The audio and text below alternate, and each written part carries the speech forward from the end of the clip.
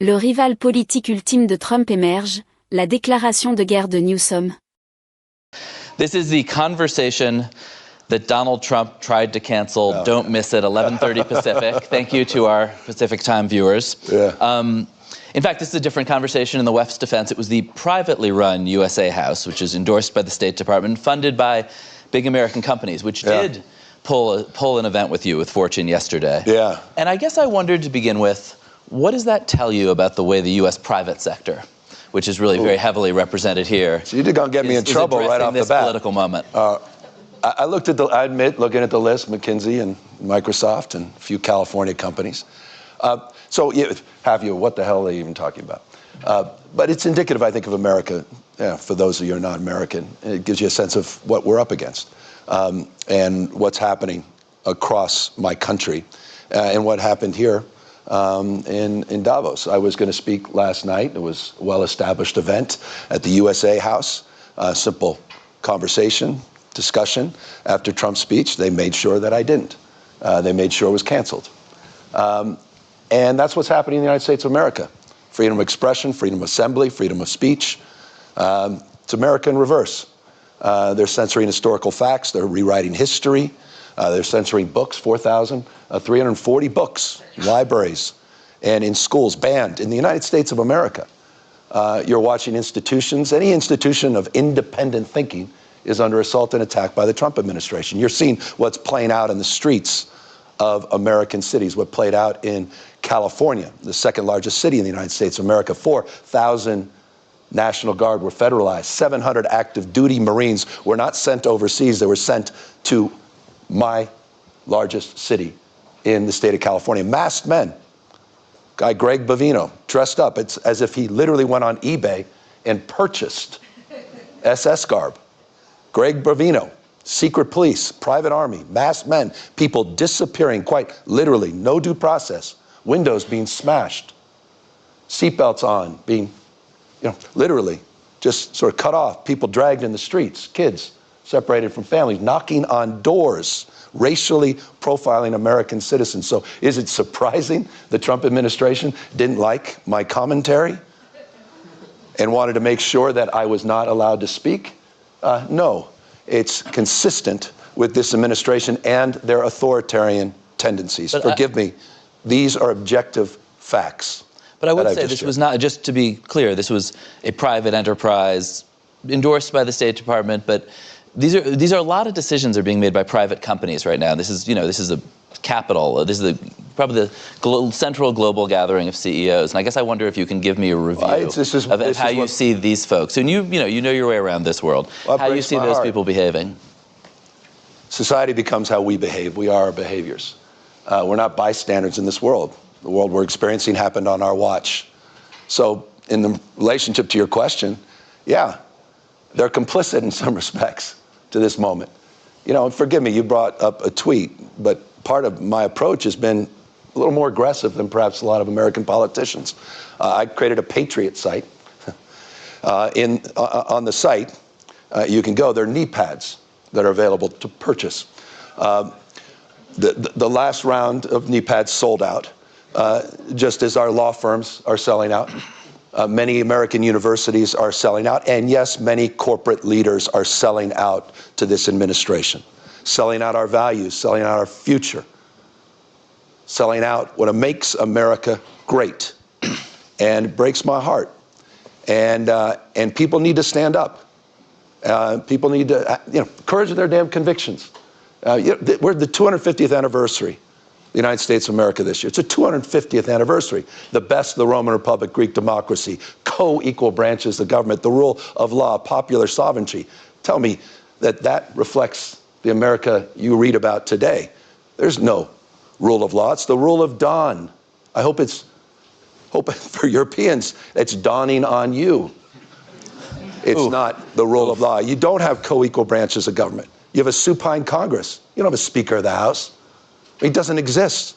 Popular sovereignty being challenged every single day by voter suppression, trying to rig elections. I mean, heck, Donald Trump tried to steal the election, the last election, tried to light democracy on fire, and then pardoned everyone that participated in that. Is anyone paying attention to what the hell is going on in the United States of America. So my state of mind is a little different, perhaps, than many others. I won't be complicit at this moment. I won't. I can't. I can't look my kids in the eyes.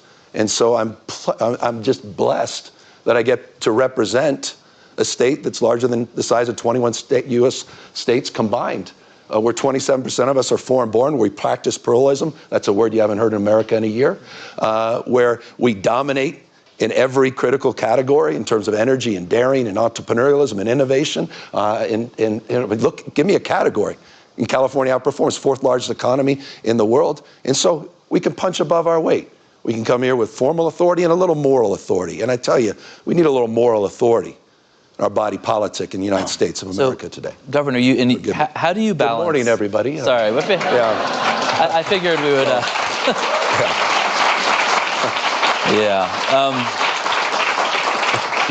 You're a tough interview, Governor. I figured. And when I think you have chosen a sort of, if you can't beat him, join him strategy to the way you're talking about this stuff. You talk, you're running around distributing knee pads to CEOs, and I think it does. Handing them out. And it does. I do have a few, if you'd like. I don't know. And honestly, it sounds. By the way, I'm not kidding. They're the new Trump signature series knee pads. Yeah, and they are available online. I told you the last one sold out. And I just want to sort of. This is a serious moment. It actually. We laugh. Anyway, these are available and in bulk too. But I want to read you a couple of things the U.S. government has said about you in the last 24 hours or so. How about the U.S. government? The Treasury Secretary. When you put it in the Treasury Secretary described you as Patrick Bateman meets Sparkle Beach Ken. The White House Communications Director. That was the U.S. Secretary of Treasury. I have a couple more, and then you can respond. The White House Communications Director called you Gavin Newsom, and an official White House account, a federal government account, described you with I'd say, very online sexual slur that people here probably don't want to hear at 8:30 in the morning. And you're, in some sense, responding in kind, and waving the knee pads around. Fire with fire. Do you think? Should you? I mean, is that kind of discourse from you, from them, good for America? No, it's deeply unbecoming. Come on, of course it is. It's not what we should be doing. But you've got to point out the absurdity. You've got to put a mirror up to this. This is madness. President, you see what he's saying about European leaders, you talking down to people, talking past people. I mean, look, the comments he made yesterday we're not even discussing because you're discussing all the other comments about windmills or whatever else that was happening. Well, he talked about Somalia's community. This is not normal. It's a deviation of normalcy. We've got to call it out. So I put a mirror up to Trump and Trumpism in all caps. And it was ironic because Pravda, Fox News in America, others, they got offended by it. They said, well, where's his mother to wash his mouth out with soap? I said, well, where the hell have you been? You've never said a word about Trump dressing up as the Pope, tweeting out and cosplaying on the world stage. And so the Treasury Secretary talked about a Barbie doll. It was as if he was reading a diary and had just broken up with someone. I mean, that was the Secretary of Treasury using valuable time yesterday on the world stage.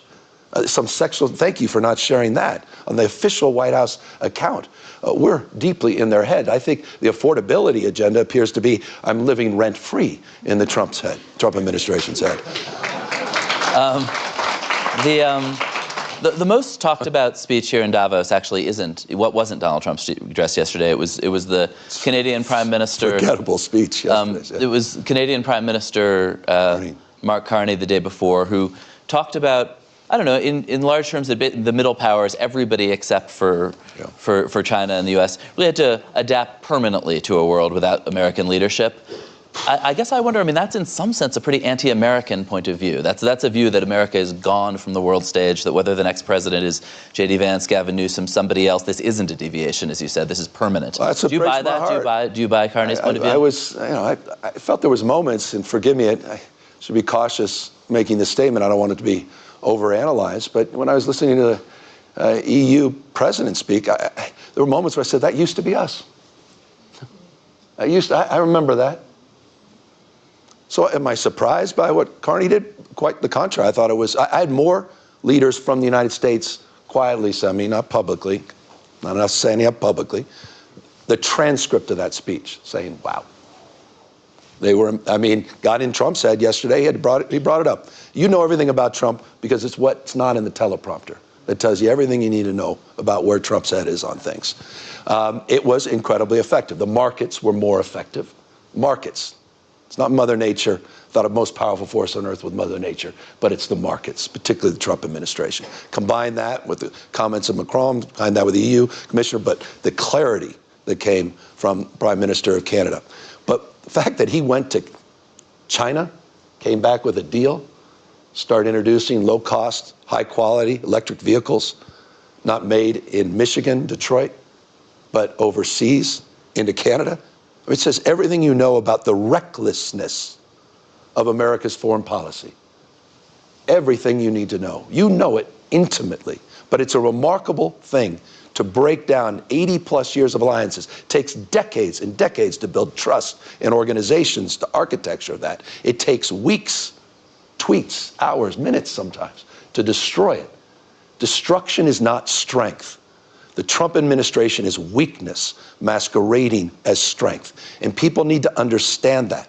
That's reflected in the tweets. That's reflected in canceling people.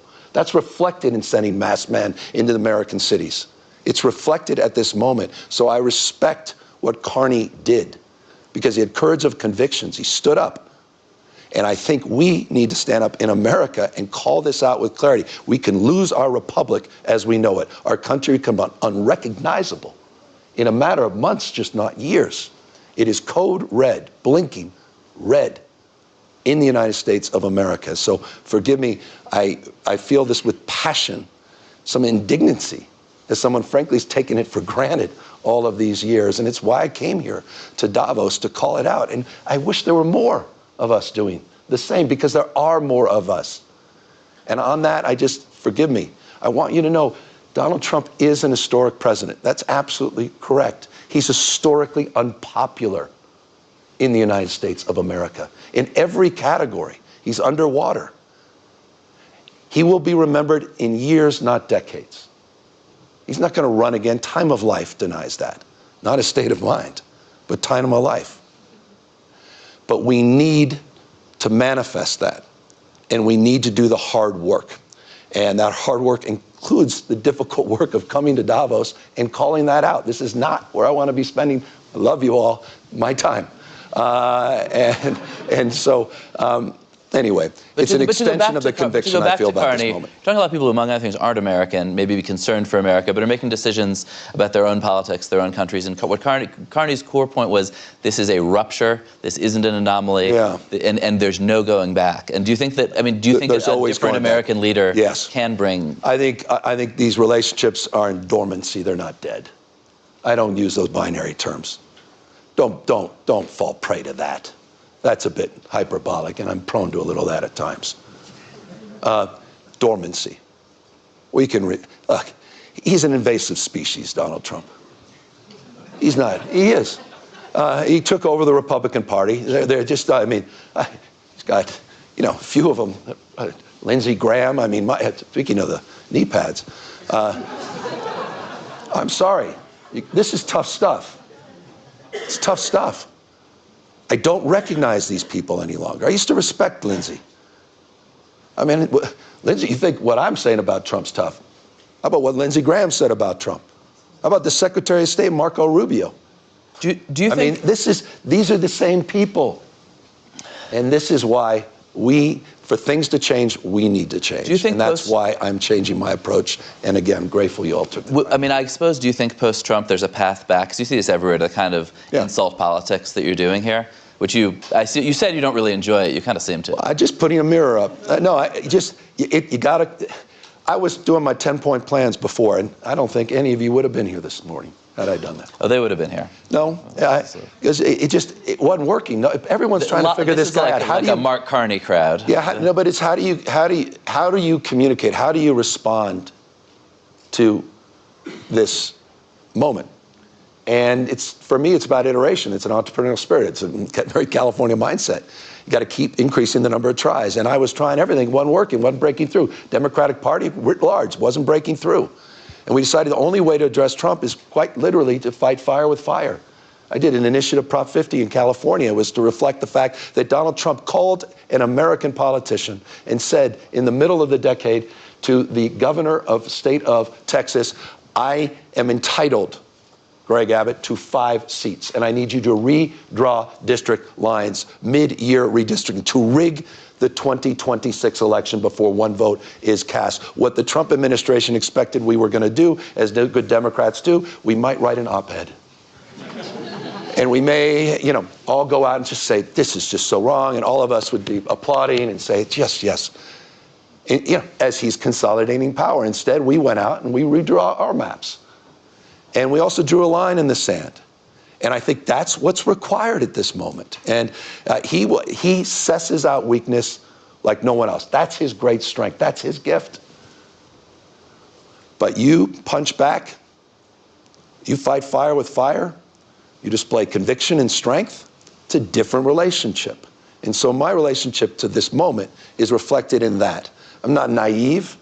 These guys are going to try to take me down, not just my state. I'm not naive about what I've said this morning and how that will be reflected in the official White House account. I'm not naive about the fact that he threatened to prosecute the Fed chief in the United States of America that has subpoena against another sitting governor, Tim Walz, who's literally going after his enemies with the FBI and the DOJ and these power ministries. I'm not naive about any of this. I'm not naive about the corruption and the graft at a scale we've never seen in American history.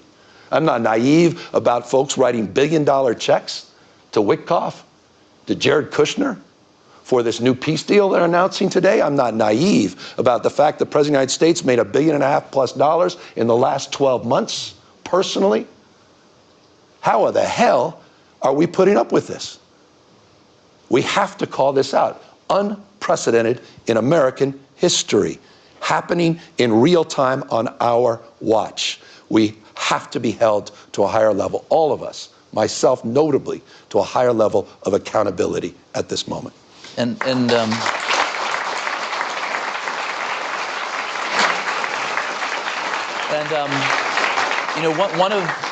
think one of the main reasons that that he has been successful is because the Democratic Party is so discredited in the eyes of so many voters. Yeah. I have a couple of questions about that. One is big picture about California. People, you're in the midst of a, enormous economic boom right now, and yet the state is, on one hand, running deficits, and on the other, not always delivering services that it's, from education to healthcare that your citizens are delighted with.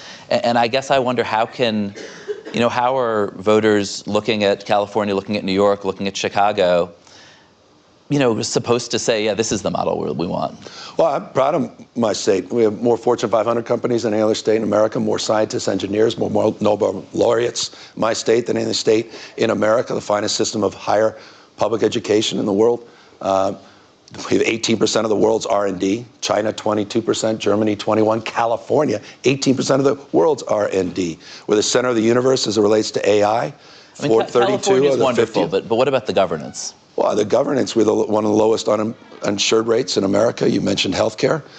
We just did our State of Education report, which showed in every category, every classroom, making progress with our test scores. Our investments are paying off. Just did a big State of the State. The idea that these blue states have trouble, are spending more for less results? I don't know. Higher life expectancy, lower infant mortality, lower gun death rates, more productivity, higher wages, higher quality of life.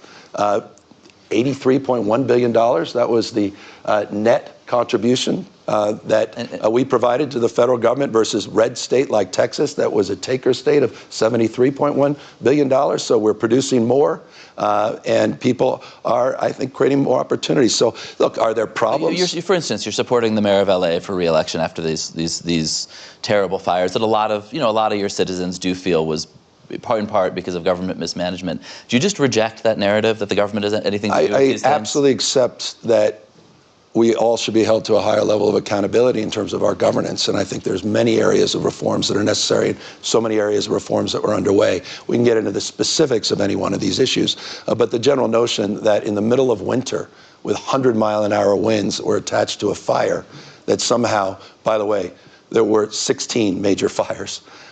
in Southern California over a 2-week period, that somehow that had to do with fire hydrants, is rather preposterous. And it was shape-shift because of the complete bullshit that came from Donald Trump and Elon Musk, saying somehow the sprinklers didn't work and the fire hydrants didn't work because we didn't turn on a valve in Northern California. These are literal words from the Trump administration. So I do reject that. Do I reject this notion of being self-critical about governance and management across the spectrum? No, that's fair game.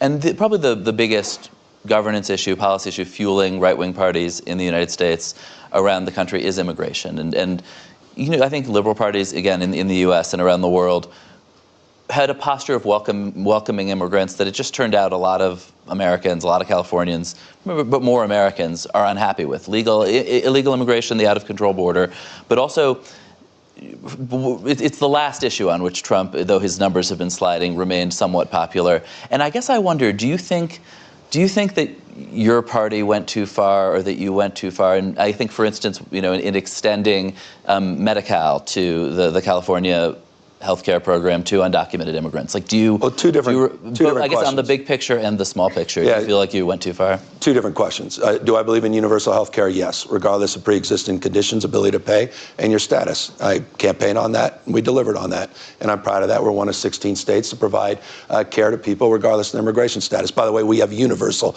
care in emergency rooms, and you pay the price on the back end, at least Americans, for that, regardless of your immigration status. But the issue of immigration, Donald Trump is very unpopular on immigration. He's successful on the border. Separate issue, connected.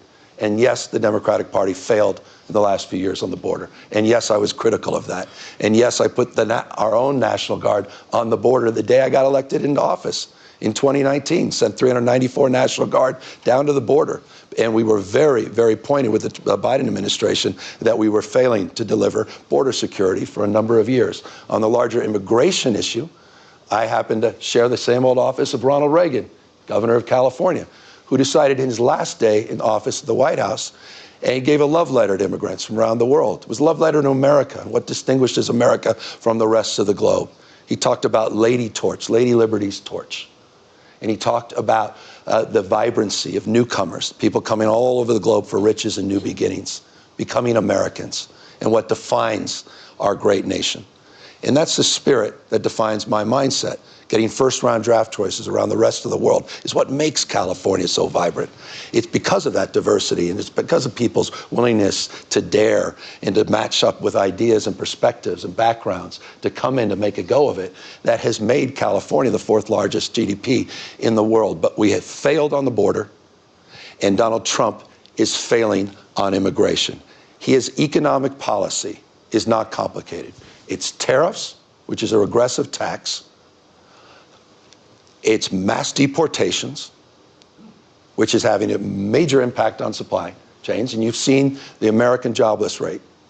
You're seeing it growing, the unemployment rate in America. Besson didn't talk about this. They had the worst jobs numbers in the first year of the Trump administration, outside a recession since 2003. 49,000 jobs a month. The Biden administration last year was averaging 168,000 jobs a month. Inflation is not lowering. It's still at 2.7%. Ask folks what a pound of beef costs in the United States of America, or a brand new car. Everything you heard yesterday was BS. And it's impacted by these policies of tariffs that are impacting ranchers and farmers and small business folks. A major tax that they celebrate, collecting, which is ironic from the Republican Party.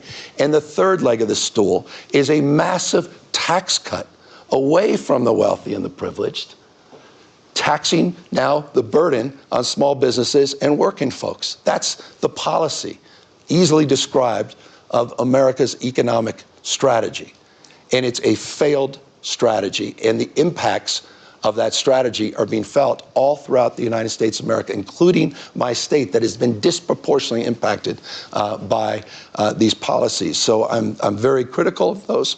I'm critical of our assault on institutions of higher learning, research, institutions that have literally been, they're part of that formula for success. The rest of the world gets that. And he's putting sand in the gears across that spectrum. And in California, again, is fighting and pushing back. And some of those first-round draft picks got incredible contracts and are now made quite a lot of money and are now very freaked out, threatening to leave California over a proposal that, just to be clear, you oppose, for a sort of one-time tax on the wealth of the very, very, very wealthy Californians. And I guess I want to ask you two questions. Yeah. One is, I was talking to somebody progressive here who said, this guy's basically a fake populist. He talks a good game about the billionaires. Here is an actual proposal that they're unhappy about, and you're on the other side. You're standing with Elon Musk and David Sachs on this. Why is that? Well, one-time wealth tax at a state level that almost exclusively goes to solve one problem, healthcare, and not solving for larger issues like education, supporting police officers and firefighters, and starves the rest of the general fund, that has had already the impact of people moving out of our state and impacting then the annual income tax collection, is not something I support. And by the way, vast majority of labor does not support as well. And that's reflected in my opposition. What's not reflected in my opposition, quite the contrary, is my advocacy for progressive taxes that does tax the wealthy disproportionately. Do you have a theory for how to tax? I've been a strong advocate for that. Do you have a theory on how to tax this particular group who often kind of live in this, and I'm sure, maybe people in this room who do this, but who live on debt, who have no income and live on these sort of giant revolving loans? Yeah, when you could have that conversation. I think the wealth tax is sort of an attempt to get at that. Yeah, but at a national level, we're competing with 50 states. Capital flows and move, that's real. It's not imagined. It's very, very real. So we have a progressive tax structure, the most progressive in the country. By the way, states like Texas and Florida have the most regressive tax structures. They tax their lowest wage earners more than we tax our highest wage earners. They are the high tax states. We have the highest tax rate for the 1%. But for working folks and middle class, it's a very different tax structure. That's the approach we promote. That's the approach that we advance in our state. But again, our state of mind as it relates to the issue of a state-by-state wealth tax, the impact of that has to be considered in the context of how freely capital can move and how that's already occurred. It's not just an assertion, it's an evidence already in the state of California as it relates to a proposal that hasn't gone on the ballot, a proposal that has never gotten through the legislature, and a proposal that likely, if it did get on the ballot, will lose. Would you campaign against it? I'm opposed to it. It's already had, I think, a very negative impact on the state, and it's a badly drafted initiative. Again, that literally takes teachers and takes our educational system out of any consideration of support and impacts other parts of our general fund. It is a flawed initiative. And then I think conversely, these folks who control a ton of capital, and as you said, some are actually already leaving, have been leaving. How do you, over this, but I think also over a sense that California, that Democratic leadership broadly, complains about billionaires a lot, does not give them the love and respect that they feel that they're entitled to. You talk to these folks. Some of them support you, some don't. But what are you saying as you call people up and say, "Hey, please don't leave California"? What's your Well, California's population 3 years in a row continues to grow, and so does our footprint as it relates to more Fortune 500 companies than we've had in over 2 decades. And our innovation ecosystem and startup ecosystem is second to none. We have half of the country's unicorns in our state. The largest market cap private sector company, OpenAI, just headquartered in San Francisco. They could have chosen any other state in the country. Look, I don't begrudge other people's success. I've never been that kind of Democrat. But I also recognize in a world, businesses can't thrive in a world that's failing. 10% of the wealth is concentrated, or rather 2/3 of the wealth in the United States is concentrated in the hands of just 10%. 10% of our consumer spending. The imbalance, it was Plutarch who said it to the Athenians 2,000 years ago. The imbalance between the rich and the poor is the oldest and most fatal ailment of all republics. Fast forward today. So this concentration, it's a very real issue. And we're going to have to address that. But we have to address it, I think, very thoughtfully and systemically. And I think we have to have it through the lens of a national reform. What we've done is the exact opposite with H.R. 1, which is going to explode deficits in the United States of America and debt. And again, has transferred the tax burden to small businesses, farmers, and ranchers. It is an abomination, and it's a policy, unfortunately, the Trump administration is very proud of. Do you think a national reform is enough? I mean, a lot of this capital is really global.